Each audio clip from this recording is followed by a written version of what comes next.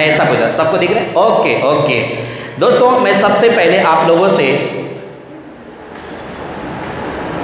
Okay ठीक है, सबसे पहले मैं आप लोगों से एक सवाल पूछूंगा और उसके बाद मैं आगे बढ़ता चला जाऊंगा।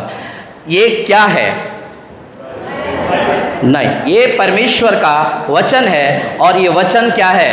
दो धारी तलवार है। इब्रानियों 4:12 याद होगा कि परमेश्वर का वचन दो धारी तलवार है, उसके दोनों साइड क्या है? धार है। जब वो चलता है तो क्या करता है? गुद्दे गुद्दे को काटता है, आर पार करता है। इसका मतलब है कि जब ये वचन आता है परमेश्वर का तो क्या करता है? हमारे कमियों को, हमारे कमी घटियों को क्या करता है? प्रकट करता है। एक तरफ से बोलेंगे तो ये हमारे जीवन का एक आईना है जो हमें क्या करता है? रिप्रेजेंट करता है, दिखाता है कि मुझ में ये कमी है, ये घटी है।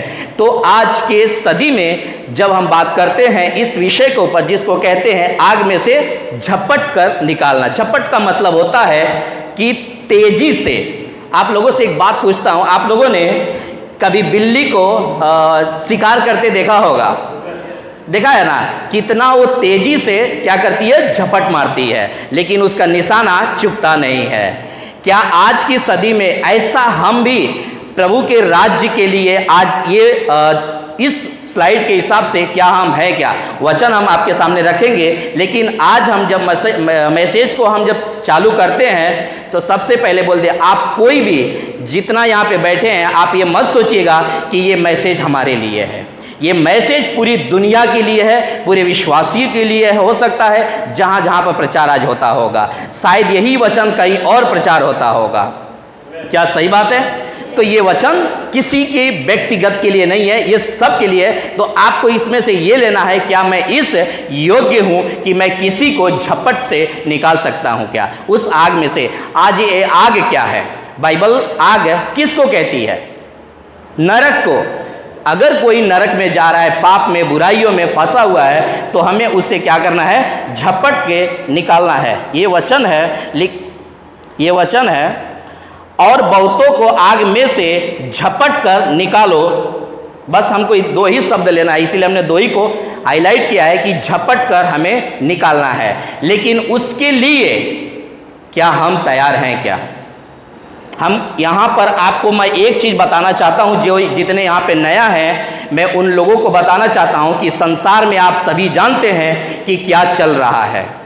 परमेश्वर के टोटल खिलाफ की बातें चलता है, जिसको परमेश्वर कभी पसंद नहीं करता है। अपनी क्रोध को, अपनी जो है कि जलजलाहट को वो मनुष्य को पर क्यों डालना चाहता है? वो बेबुनियाद या बेगुनाह नहीं किसी को नाश करना चाहता है। वो तंग हो जाता है। जैसे एक फॉर एग्जाम्पल के तौर पे आप लेते हैं कि एक बाप और एक बेटा होता है। वो बाप क्या करता है? बार बार अपने बेटे को चांस देता है, सुधर जाओ, सुधर जाओ, सुधर जाओ।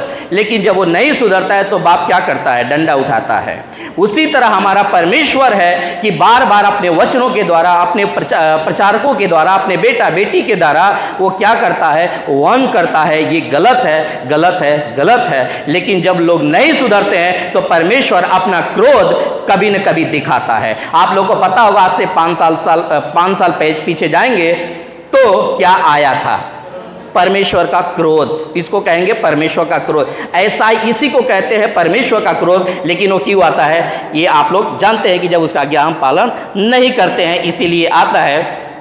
ये 2 बार हो गया है, लेकिन कोई बात नहीं, हम इसको चेक कर लेंगे। लिखा है, तब यीशु ने उन यहूदियों से, देखिए ये यहूदी किसके इंतजार में थे? आप सब जानते हैं, जो बाइबल को पढ़ने वाले लोग हैं वो जानते होंगे कि वो किसके इंतजार में थे? वो मसीहा के इंतजार में थे। वो मसीहा को जानते थे, वो यीशु को नहीं जानते थे, वो मसीहा को जानते थे। आज हम यीशु को जानते हैं। हमें भी जानना जरूरी है कि जो यीशु नाम था वो बॉडी का नाम था, बाहर का नाम था, लेकिन जो प्रभु नाम था उसके अंदर का नाम था। तो उद्धार भी जब होता है तो हमारा अंदर का जो प्रभु है वो हमारा उद्धार करता है, ना कि जीसस का बॉडी हमें उद्धार करता है। ये आपको समझना होगा पहले। उसके बाद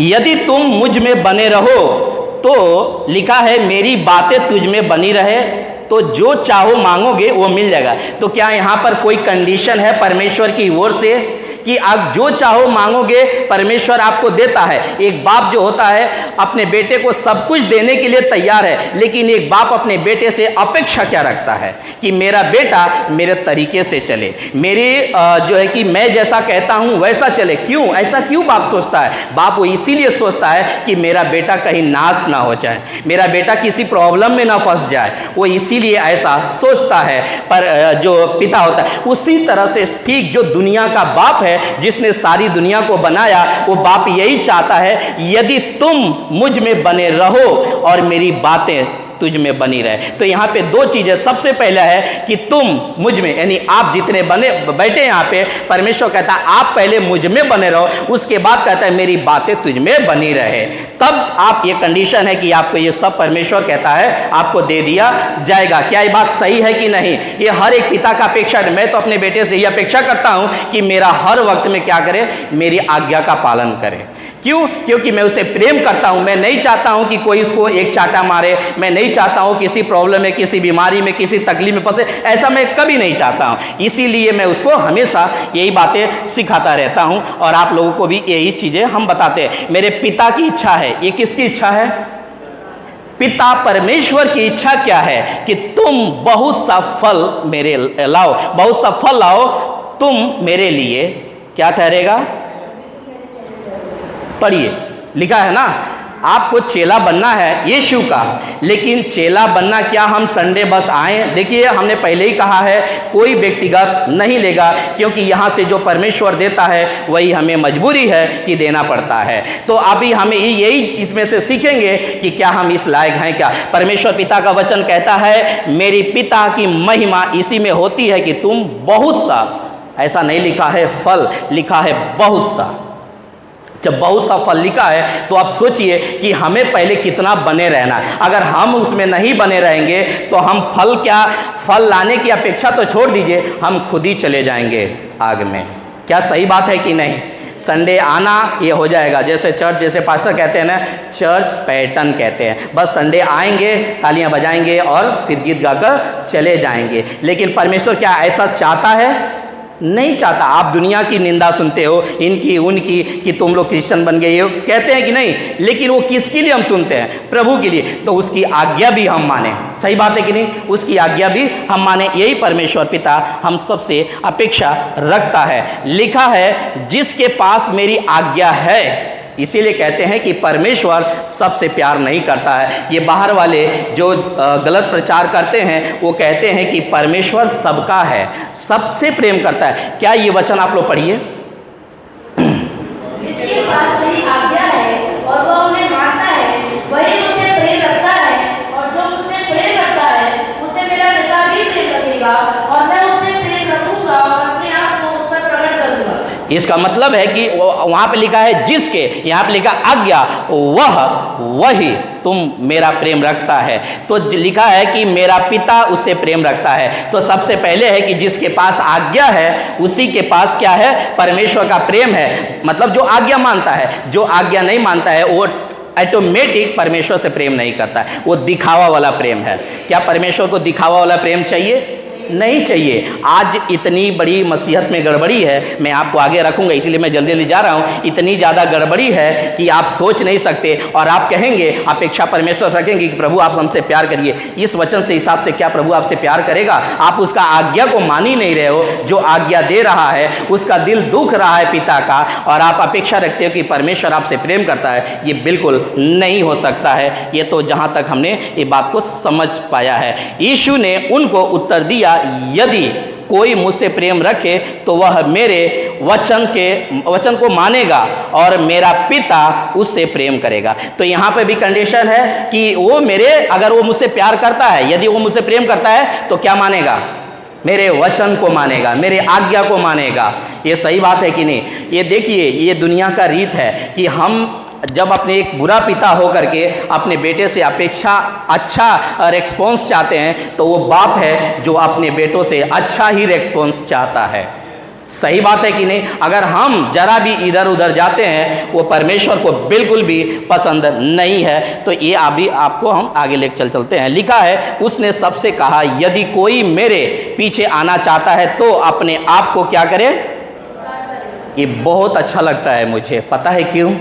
ये देखिए यहाँ पे लिखा है, प्रतिदिन अपना क्रूस उठाना है और हमें यीशु के पीछे चलते चलते जाना है, तभी जा कर के हम स्वर्ग पहुँचेंगे।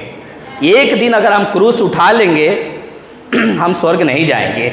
लिखा है कि प्रतिदिन, अगर कोई लिखा है उसने सबसे कहा, लिखा है ना, आप लोग पढ़िए जरा वचन को। उसने सबसे कहा, बस रुकिए, कहता है सबसे कहा।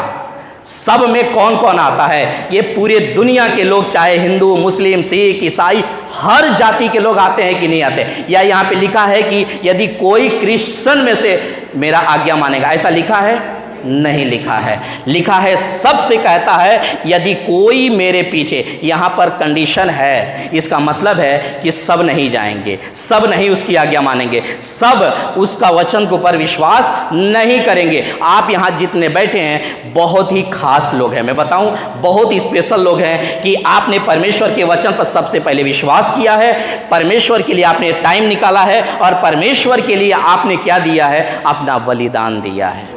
सही बात है कि नहीं? हर एक ने बलिदान दिया है। यहाँ पे एक एक व्यक्ति ने परमेश्वर के लिए बलिदान दिया है।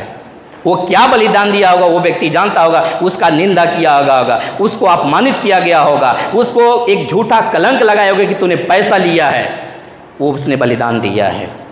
आपको ये बात को समझना है। ये है क्रूस की कथा। ये लिखता है कि प्रतिदिन अपना क्रूस उठा के चलना है। वो क्रूस क्या है? मसीह के लिए दुख उठाना। आजकल जानते हैं कि बाहर देश में फिजिकली वो क्रूस बना करके और कंधे पे लेके चलते हैं, वो सही नहीं है। मसीह के पीछे चलने का मतलब होता है क्रूस उठाना, अपना उसका निंदा, प्रॉब्लम, जीवन में कुछ भी आ जाएगा लेकिन मैं मसीह के पीछे चलूँगा, मैं उसको इनकार कभी नहीं करूँगा। मेरे पास खाने को एक पैसा भी नहीं रहेगा, उसके बावजूद भी मैं मसीह के लिए जीऊँगा, मसीह के लिए मरूँगा। जीना भी मसीह में लाभ और मर जाना भी मसीह में लाभ, ये वचन साफ कहता है। ये हमें दुख उठा करके परमेश्वर के लिए हमें जीना है। Thank you. जो कोई मुझसे और मेरी बातों से लजाएगा, आप लोग ही पढ़िए इसको। जो कोई मुझसे और मेरी बातों से लज जाएगा, मनुष्य का पुत्र मेरे भक्ति और अपने पिता की और पवित्र स्वर्गदूतों की महिमा से आएगा तो उससे लज जाएगा। मैं यहाँ पे बोलना चाहता हूँ, वहाँ पे लिखा है जो कोई, तो वापस यहाँ भी वही कंडीशन है कि सब नहीं, जो कोई। उसके बाद लिखा है मुझसे और मेरी बातों से। देखिए, मेरी बातों से। उसके बाद जा करके लिखता है मनुष्य का पुत्र। तो यहाँ पे जितने नए लोग आते हैं शायद उनको नहीं पता होगा कि मनुष्य का पुत्र कौन है। वो है प्रभु यीशु मसीह। वो मनुष्य इसीलिए बना क्योंकि उसको बचाना था मनुष्य को। अगर वो डायरेक्ट स्वर्ग से अगर वो आ जाता तो क्या किसी के पास हिम्मत था कि उसको क्रूस पर कोई मारता? नहीं। लेकिन हमारा एक जो पूर्वज पिता था जिसका नाम है आदम, उसने पाप किया। कब? शरीर में। जब परमेश्वर ने उसको बनाया शरीर मट्टी से, तो उसने आज्ञा तोड़ा और पाप किया, वहाँ पर मृत्यु को जन्म लिया। मृत्यु परमेश्वर ने कभी नहीं बनाया था। ये मनुष्य का पाप के कारण है कि मृत्यु यहाँ पे ऑटोमेटिक वहाँ पे जन्म ले लिया। और वचन कहता है कि अगर कोई भी अगर मेरी बातों से लजाएगा तो मनुष्य का पुत्र जब वो अपनी महिमा में आएगा, मतलब न्याय के दिन में जब वो आएगा, तो उनसे भी वो लजाएगा। आप बताइए, इस वचन के हिसाब से क्या अगर परमेश्वर हमसे लजाए तो हमारे लिए कितनी दुख की बात है? क्या हम ऐसा चाहते हैं? नहीं। हम कभी ये अपेक्षा नहीं करेंगे कि हमसे परमेश्वर कहे कि मैं तुमसे लजा रहा हूँ यार। तूने बताने में लजाया ना कि अभी कोई फ़ोन कर पूछता है कहाँ जा रहे हो, तो चर्च प्रार्थना सभा के लिए, यीशु के लिए बताने में ला जा रहा है ना। परमेश्वर कहता है मैं भी तुमसे लजाऊंगा। ये ठीक नहीं है। परमेश्वर के लिए और परमेश्वर के लोगों के लिए डंके के चोट पे हमें यीशु का प्रचार करना है, यीशु के लिए खड़े रहना है। अगर हम उसके लिए खड़े नहीं रहे तो किसके लिए खड़े रहेंगे? जिसने पृथ्वी आकाश को बनाया, हमारे अंदर पवित्र आत्मा दे करके और उसने हमारे पापों को क्षमा करके हमें जीवन दिया, हर दिन ताकत देता है, चलने का, बोलने का शक्ति, हर चीज़ देता है। अगर हम उसकी प्रचार नहीं करें तो किसकी प्रचार करें? एक जो नेता कोई आता है, मैं नाम नहीं रख रहा हूँ, बस ऐसे अगर कोई नेता आता है तो उनके जो लोग होते हैं ना, उसका कितना वाहवाही करते हैं, कितना जय जयकार करते हैं। उस परमेश्वर को हम कितना जय जयकार करें जिसने मृत्यु तक को हरा दिया। किसी ने मृत्यु को। Thank you. किसी ने मृत्यु को हराया है? नहीं। जय हम उसी को लगा सकते हैं जिसने सभी चीजों पर जय प्राप्त किया, और वो हमारा जय पाने वाला प्रभु यीशु है, जिसने मृत्यु को भी हरा दिया। इसीलिए हमें उसी का जय दिलाना है, इसीलिए हमें उसी का जय देना है। तो लिखा है, और बहुतों को आग में से झपट कर निकालो। अब वापस ये स्लाइड वही आया, जब ये हम बात करते हैं ना किसी को निकालने की, तो कोई आता है। इसके बाद वाला हम लिखते हैं, लिखा है जब किसी को आग से बचाने के लिए जाते हैं तो कोई रोकने वाला आता है। अब बताइए, जब हम किसी को सुसमाचार बताने जाते हैं, किसी को सच्चाई के बारे में बताने जाते हैं, तो कोई रोकने वाला आता है। कौन है रोकने वाला? शैतान। ये सब जानते हैं, लेकिन क्या शैतान के पास कोई बॉडी है? शैतान के पास कोई जबान है? नहीं। हमारा मसीह मंथन बैठक, आपको बताऊं, सच्चाई का प्रचार करता है, और जब सच्चाई का प्रचार करता है तो फटाक से कोई आता है और रोकने के लिए, डाइन पास्टर को रोको जल्दी, मसीह मंथन वालों को रोको जल्दी। वो बात नहीं करना चाहिए, उनके विरोध में वीडियो बनाना शुरू कर देता है। समझे? तो ये रोकने वाला आता है तो वो इस्तेमाल करता है किसको? किसी व्यक्ति को। क्यों? क्योंकि परमेश्वर को भी एक बॉडी चाहिए और शैतान को भी एक बॉडी चाहिए। परमेश्वर भी आत्मा में है, शैतान भी आत्मा में है, दोनों हमारे इसी प्लेटफॉर्म पे हैं, लेकिन दोनों को एक बॉडी चाहिए। एक को बॉडी चाहिए परमेश्वर का काम कराने के लिए, एक को बॉडी चाहिए शैतान का काम कराएं। वो दोनों व्यक्ति को, आपको पता होगा, जब यीशु मसीह साथ में थे तो पतरस को यूज एक जगह पे करता है कि आप कौन है? पवित्र परमेश्वर का, जीवित परमेश्वर का आप मसीह हैं, बरोबर? ऐसा ही कहता है। लेकिन अगले ही जैसे यीशु कहते हैं मैं मार दिया जाऊंगा, गाड़ दिया जाऊंगा, पर तीसरे दिन जिंदा हो जाएगा, वो तुरंत कहता अरे परमेश्वर ऐसा ना करे आपके साथ। तब यीशु ने पलट करके डांटा, हे शैतान दूर हो जा, तू मेरे लिए ठोकर का कारण बनता है।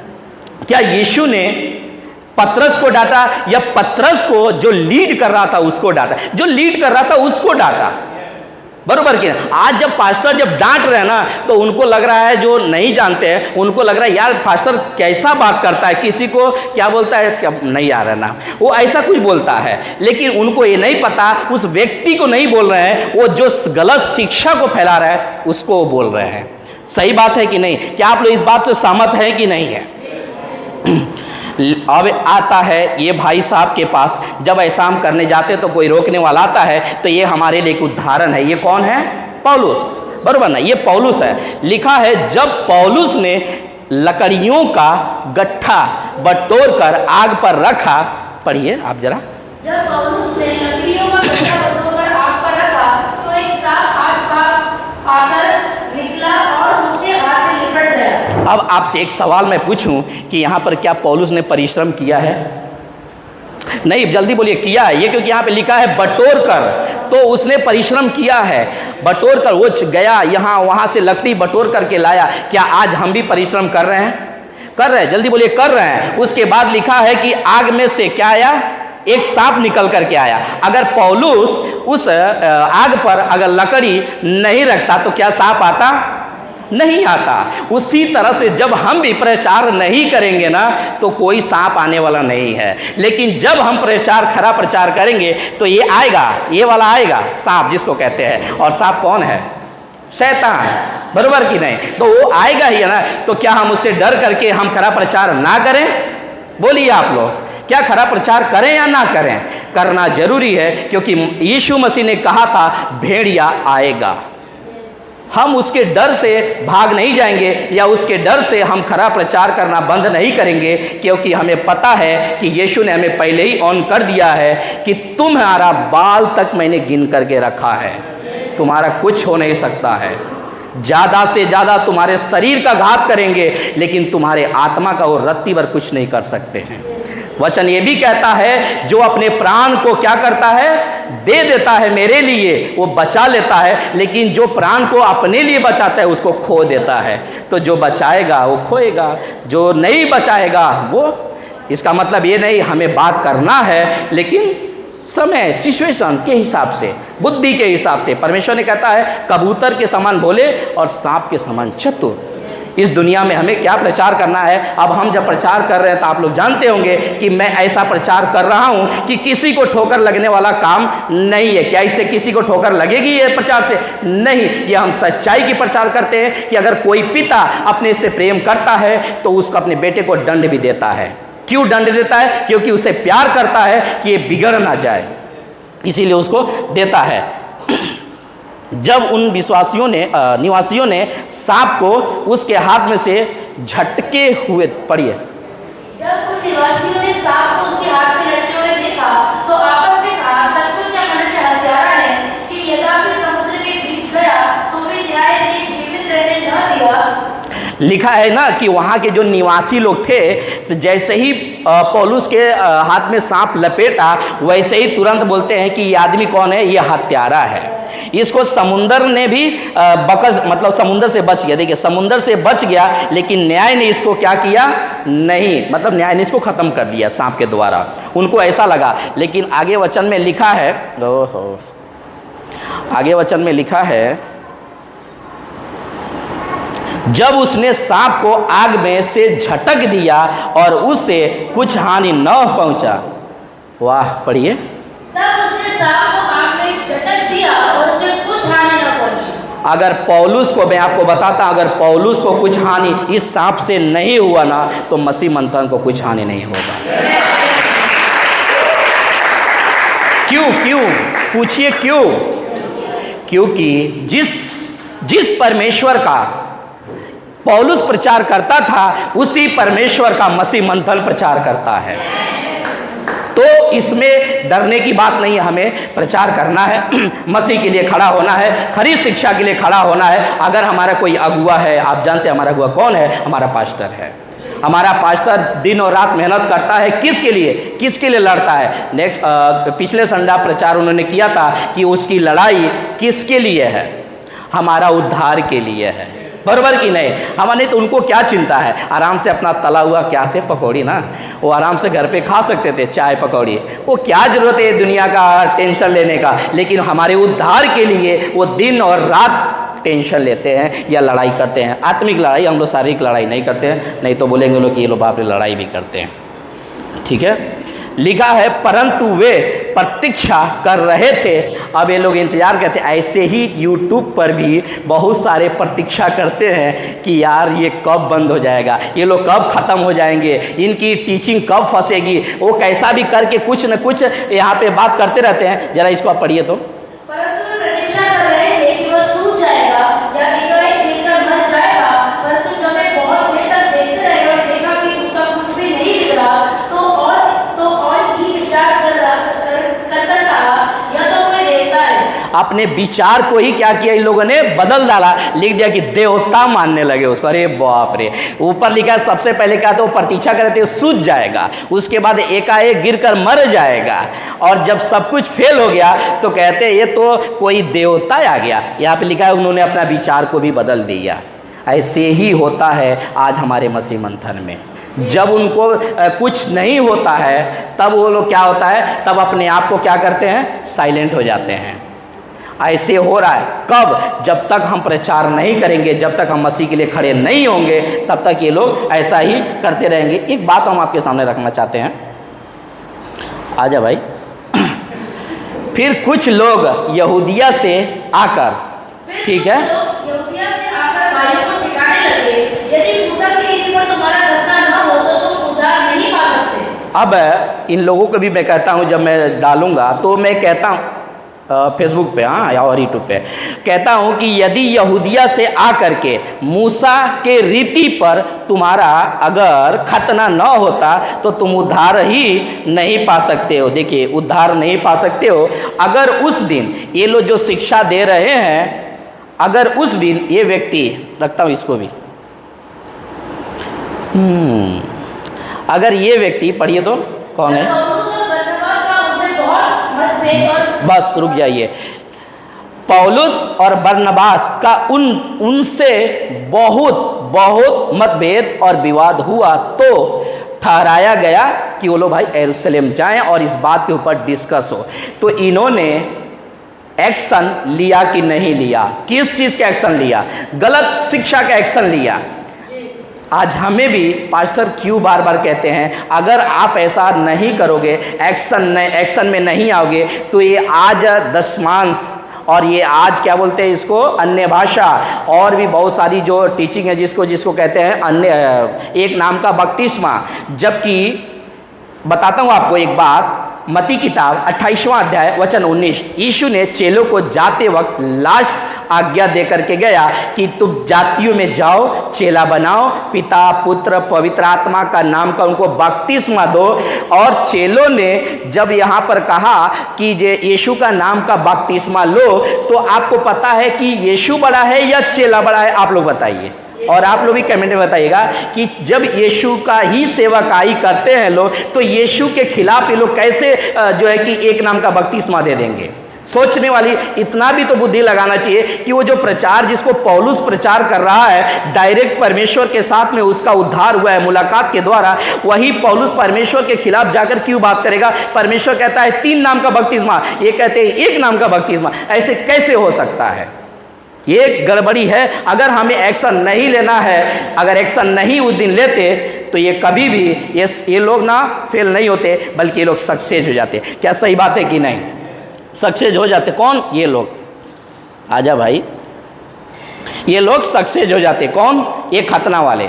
और आज कलेसिया में खतना कराते कि नहीं कराते। अब शुक्र है कि उस टाइम में शायद दशमांश का इतना ज़्यादा फोकस नहीं था, क्योंकि उस टाइम में बहुत लालची कमी लोग होते थे। लेकिन इस टाइम में लालची ज़्यादा हो गए हैं, इसीलिए पैसों के पीछे भागते हैं। तो डर दिखाते हैं मलाकी 3:10 को कि अगर तुम नहीं दोगे तो परमेश्वर का श्राप तुम्हारे ऊपर आएगा, ऐसा कह करके डर दिखाते हैं। तो अगर वो दिन एक्शन नहीं लेते तो आज ये कलेसिया में खतना भी कराया जाता।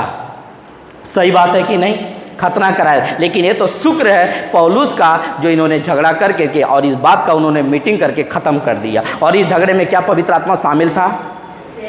शामिल था ना। 28 वचन में लिखा है कि पवित्र आत्मा को और हमको, चेले कहते हैं पवित्र आत्मा को और हमको ये ठीक जान पड़ा। आवश्यक बातों को छोड़, जो व्यभिचार है, मूर्ति पूजा है, ऐसा करके वो बोलते 3 चीज़ों को ना, उनसे किससे बचाया जाए? अन्य जातियों को बचाया जाए, उनके ऊपर कोई बोझ ना डाला जाए। तो आप लोगों को ये बात को समझना होगा और ऐसे ही कलीसिया को चलना है। बहुत मदद ये पढ़वा दिया हमने, थैंक यू लॉर्ड। अब लिखा है, और उन्हें सब बातें जो मैंने तुम्हें मानना आज्ञा दी है मानना सिखाओ, और देखो मैं जगत के अंत तक सदैव तुम्हारे संग रहूँगा। ये हमारा लास्ट स्लाइड है। और आपको कहते हैं कि परमेश्वर यहाँ पर किसके साथ है? आप सब कहते हैं, पर यहाँ पे बाहर वाले भी कहते हैं कि परमेश्वर सबके साथ रहता है। अब इस वचन में बताइए, ये सभी पढ़ते हैं, इस वचन में परमेश्वर किसके साथ है? जो सिखा रहा है उसी के साथ परमेश्वर है। जो सिखा नहीं रहा है, वो संडे आ रहा है, संडे को आता है, चर्च में बैठता है, घर पे जाता है, वापस अपनी दुनिया में जाता है, परमेश्वर उसके साथ मीटिंग नहीं करता है। मीटिंग परमेश्वर उसी के साथ करता है जो उसमें बना रहता है और उसकी बातों में बना रहता है। ये परमेश्वर का कंडीशन है। उसी के साथ परमेश्वर मीटिंग करता है और उसी को ये प्रॉमिस कहता है, ये सबके लिए नहीं है, ये उसी के लिए जो उसके लिए काम करता है। ठीक है, तो हमारा मसीह मंथन भी वही है कि हमारे लिए परमेश्वर के लिए क्या करे? काम करे। एक आपको बात बताता हूँ, पास्टर के पेज पर एक व्यक्ति ने वो लिखा, कमेंट लिखा, और वो कहता है कमेंट में कि पवित्र आत्मा हमें दान किया है। ठीक है, किस बात का? अन्य भाषा का।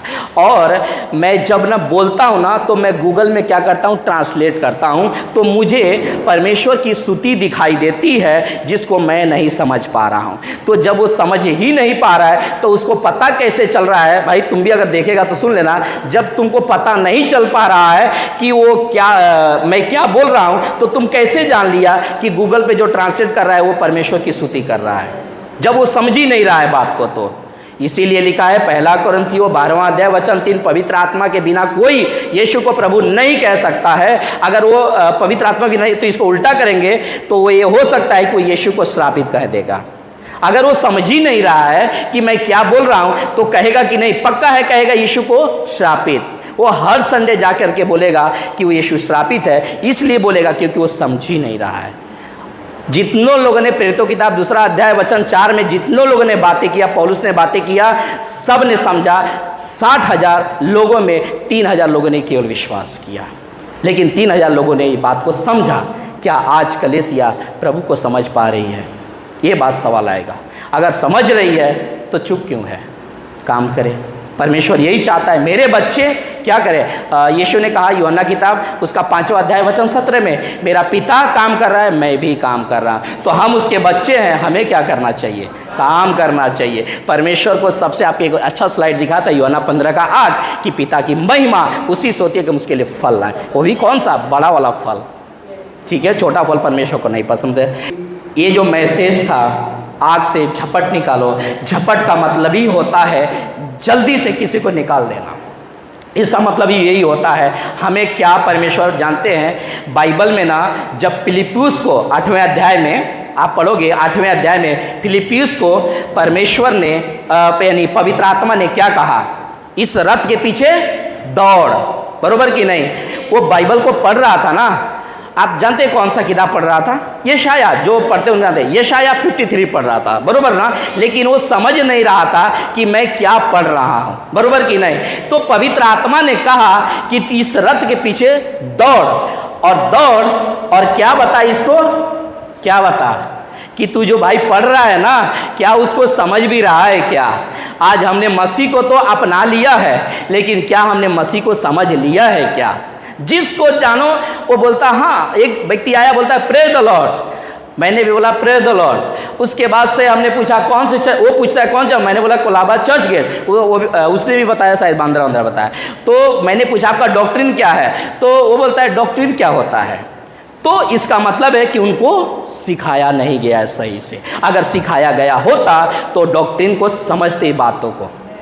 तो आज इसीलिए हमने ये बात को कहा कि पवित्र आत्मा फिलिप्पियुस को कहा कि रथ के पीछे दौड़, ताकि वो भाई जो पढ़ रहा है वो बात को समझ नहीं रहा है, इसीलिए तुम उसके पीछे दौड़, उसको बता। जब तक तू नहीं बताएगा वो नहीं समझेगा। उसी तरह से जब तक किसी वचन का हम आईना हमको कोई नहीं दिखाता है, हम नहीं समझते हैं। ये देख लीजिए, ये वचन का आईना नहीं दिखाता है, हम नहीं समझते हैं। ये घर में किसी के पड़ा रहता है, टेबल पे भी पड़ा रहता है, लेकिन वो रात दिन वो पढ़ता है। हमको भी ना जब पास्टर ना जब वचन देते हैं ना, तो हमारे लिए वो अलग ही होता है, हमारे लिए अद्भुत होता है। कि मैं बोलता हूँ कि मैं पूछता हूँ पवित्र आत्मा से कि पवित्र आत्मा जी, जब मैं पढ़ता हूँ तो मुझे क्यों नहीं समझ में ऐसा आता है, और जब वो कोई बताते तो वो बताते हैं कि ये आईना मुझे दिखाना पड़ता है।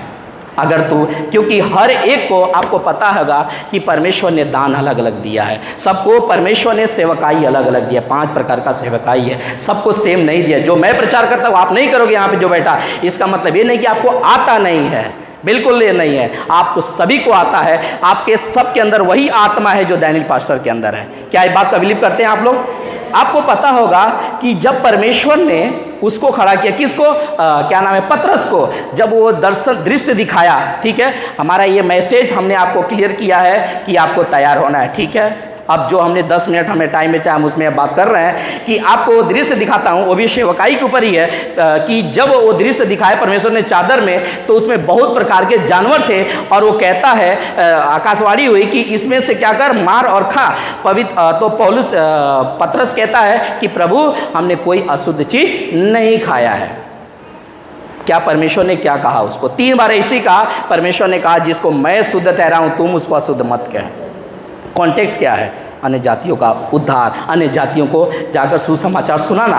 तो जब वो गया ना, प्रेरितों की किताब 10वां अध्याय वचन 44 में आप पढ़ोगे, तो वहाँ पर जब जाकर वो प्रचार कर रहा था तो पवित्र आत्मा 44 में उतरा। तब वो कहता है अब मुझे समझ में आया कि परमेश्वर किसी का पक्षपात नहीं करता है। तो मेरे भाई, हमारा जो परमेश्वर है सनातन है परमेश्वर है, वो किसी का पक्षपात करने वाला परमेश्वर नहीं है। कौन छोटा कौन बड़ा ऐसा हमारा परमेश्वर कदापि नहीं करता है। हमारा परमेश्वर वो करता है जिसको जीवन देता है। वो सिर्फ जीवन की बातें यहाँ पर करने के लिए आया। ये नहीं कहा कि कभी भी तुम जा कर के ये मांगो वो मांगो, ऐसा कभी परमेश्वर ने यहाँ पर पृथ्वी पर आकर के नहीं सिखाया कि तुम जा कर के क्या मांगो, बंगला मांगो, गाड़ी मांगो, घोड़ा मांगो, ऐसा परमेश्वर ने नहीं सिखाया। तो हमें एक बात आपको मैं बताना चाहता इस वचन के, हाँ गया, झपट कर निकालो में कि हमें ये आग जो है, ये आग में से हमें निकालना है। ये आग है नरक का आग। अब इसमें से 2 लोग जा रहे हैं, आपको पता है कौन कौन?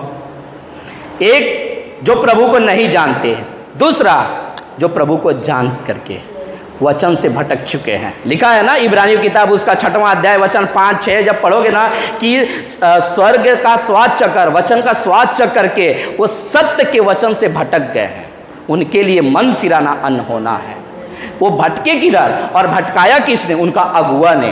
अंधा अंधे को रास्ता नहीं दिखा सकता है, अंधा अंधे को रास्ता नहीं दिखा सकता है। ओके, 8 मिनट अभी और है, आप लोग और टॉर्चर करूँगा, लेकिन आप लोग को समझ में आ रहा है ना? यस, कोई बात नहीं, समझ में आना चाहिए। तो तब यीशु ने उन यहूदियों से, ये मेरा इंटरेस्टिंग पार्ट था, ये मैं आपको समझाता हूँ। ये कौन लोग हैं? यहूदी हैं, बरोबर। इन लोगों ने विश्वास किया प्रभु के ऊपर और प्रभु ने इनसे एक शब्द कहा, जानते हैं क्या कहा? यदि, आपको ये बात को समझना होगा, यदि तुम मेरे वचन में बने रहोगे तो सचमुच तुम मेरे चेले ठहरोगे। तो आपको समझना होगा कि हमें प्रभु में अपने आप को कितना बना करके रखना है। अगर हम प्रभु में अपने आप को नहीं बनाए और उसकी बातें अपने आप में हम नहीं बनाए तो हम प्रभु में चल नहीं सकते हैं। क्या सही बात है कि नहीं?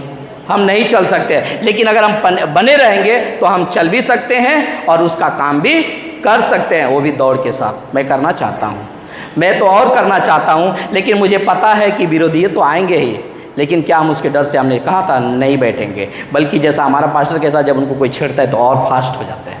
तो परमेश्वर से हमें बुद्धि मांगे कि हम भी क्या करें, उनसे हम भी आगे निकलें। घमंड की बात नहीं है, लेकिन परमेश्वर का वचन ये साफ कहता है, जो घमंड करे प्रभु में घमंड करे कि मैं उसका काम करूँगा, मैं उसके राज्य को बढ़ाऊँगा। पास्टर अगर 2 आत्मा को बचाते, मैं 4 आत्मा को बचाऊँगा, बरोबर कि नहीं? लेकिन वो कब होगा? जब हम खुद को तैयार करेंगे अपने आप से। खुद को अगर हम तैयार नहीं करेंगे तो कोई और दूसरा हमें तैयार नहीं कर सकता है। दूसरा कितना दिन कहेगा? 1 दिन कहेगा, 2 दिन कहेगा, 3 दिन, चौथा दिन वैसे ही छोड़ देगा, यार ये वैसे ही। एक है हमारे इधर जाते, उधर हमने बंद किया। ऐसा ही होता है। हमें दूसरे के धक्का मारने पर हमारा जीवन प्रभु में नहीं चलता है, हमें खुद प्रभु में चलाना पड़ता है। काम किसके पास नहीं है, प्रॉब्लम किसके पास नहीं है? क्या जो पौलुस थे, पतरस थे, योना थे, क्या वो उनका शरीर कुछ अलग था? नहीं, वो भी हमारे ही जैसा थे। उसी तरह आज हम हैं। जब वो दुख उठाए हम भी दुख उठा। अगर उस दिन वो लोग दुख नहीं उठाते तो भारत में सुसमाचार नहीं आता और हम लोग उद्धार के बारे में नहीं जानते। अगर उस दिन आलसपन के वो बैठ गए होते तो हमें भी आलस नहीं बैठना है। क्यों? क्योंकि हमारे आगे वाली जनरेशन, आगे वाली पीढ़ी के बारे में चिंता है। सही बात है कि नहीं? आगे वाली पीढ़ी के बारे में हमें चिंता है कि नहीं चिंता? किसको किसको चिंता है और किसको किसको नहीं चिंता है? ऐसा कोई है जिसको आगे वाली पीढ़ी की चिंता ना हो? ऐसा कोई है? नहीं है। अगर पूछा जाए कि आपका बच्चा सत्य के मार्ग पर ना चले, ऐसा आप चाहते हो, तो बोलेंगे नहीं, उनको स्वर्ग जाना है, लेकिन करने के लिए बोलेंगे तो कुछ नहीं। बरोबर कि नहीं? करना पड़ेगा। अगर हम नहीं करेंगे, आगे का पीढ़ी सबसे डेंजर होगा। जानते हैं किस चीज़ में? आप लोग जानते हैं किस चीज़ में होएगा? सबसे ज़्यादा खतरनाक अन्य भाषा वाले पे होएगा। जानते हैं क्यों? क्योंकि ये जितने अन्य भाषा के बात करते हैं ना, ये पास्टर, अच्छा विश्वासी कोई भी हो, खास करके पास्टर, ये जितने अन्य भाषा बात करते हैं, जानते हैं क्या बोलते हैं अपने आप को? कि पवित्र आत्मा सिर्फ मेरे ही पास है। अपने आप को एकदम पवित्र दिखाते हैं अपने आप को। उनके जैसा पवित्र कोई होता नहीं है। इसीलिए आपको ये बात समझना होगा कि हमें स्टेप लेना ही होगा। पास्टर का वचन और परमेश्वर का वचन हमें क्या करता है? हियाव देता है। प्रेरितों की किताब 1 अध्याय वचन 8, जब सत्य का आत्मा आएगा, यानी पवित्र आत्मा आएगा, तो तुमको क्या देगा बताइए? सामर्थ्य देगा। सामर्थ्य किस में देगा? आपको बात करने में। सामर्थ्य किस में देगा? काम करने में। किसका? प्रभु का काम करने में। इधर संसार की तो बात ही नहीं करूंगा, इसलिए नहीं करूंगा क्योंकि आपको पता होगा मत्ती किताब 6:33 में लिखा है, तुम उसके राज्य और उसकी धार्मिकता की खोज करो तो ये सब चीज़ें तुझे मिल जाएगी। लिखा है कि नहीं? तो उसके बारे में काहे को चिंता करने का? पहला पत्र 5वां अध्याय वचन 7 कहता है ना साहब, तुम चिंता मत करो, मैं तुम्हारा चिंता करता हूँ। तो हमें नहीं चिंता करना है। अगर तुम मुझसे लजाओगे, मेरी बातों से लजाओगे, एक दिन ऐसा जब अपनी महिमा में आऊँगा तो मैं तुमसे भी लजाऊँगा। मैं नहीं चाहता हूँ हमारा जो मसीह मंथन है, खास करके कोलाबा, क्योंकि हम लोग अभी कोलाबा में है, तो हमारा कोलाबा ऐसा एक एक जन कोई भी ऐसा ना हो जिसको परमेश्वर कहे कि यार मैं तुमसे लजा रहा हूँ, मैं नहीं चाहता।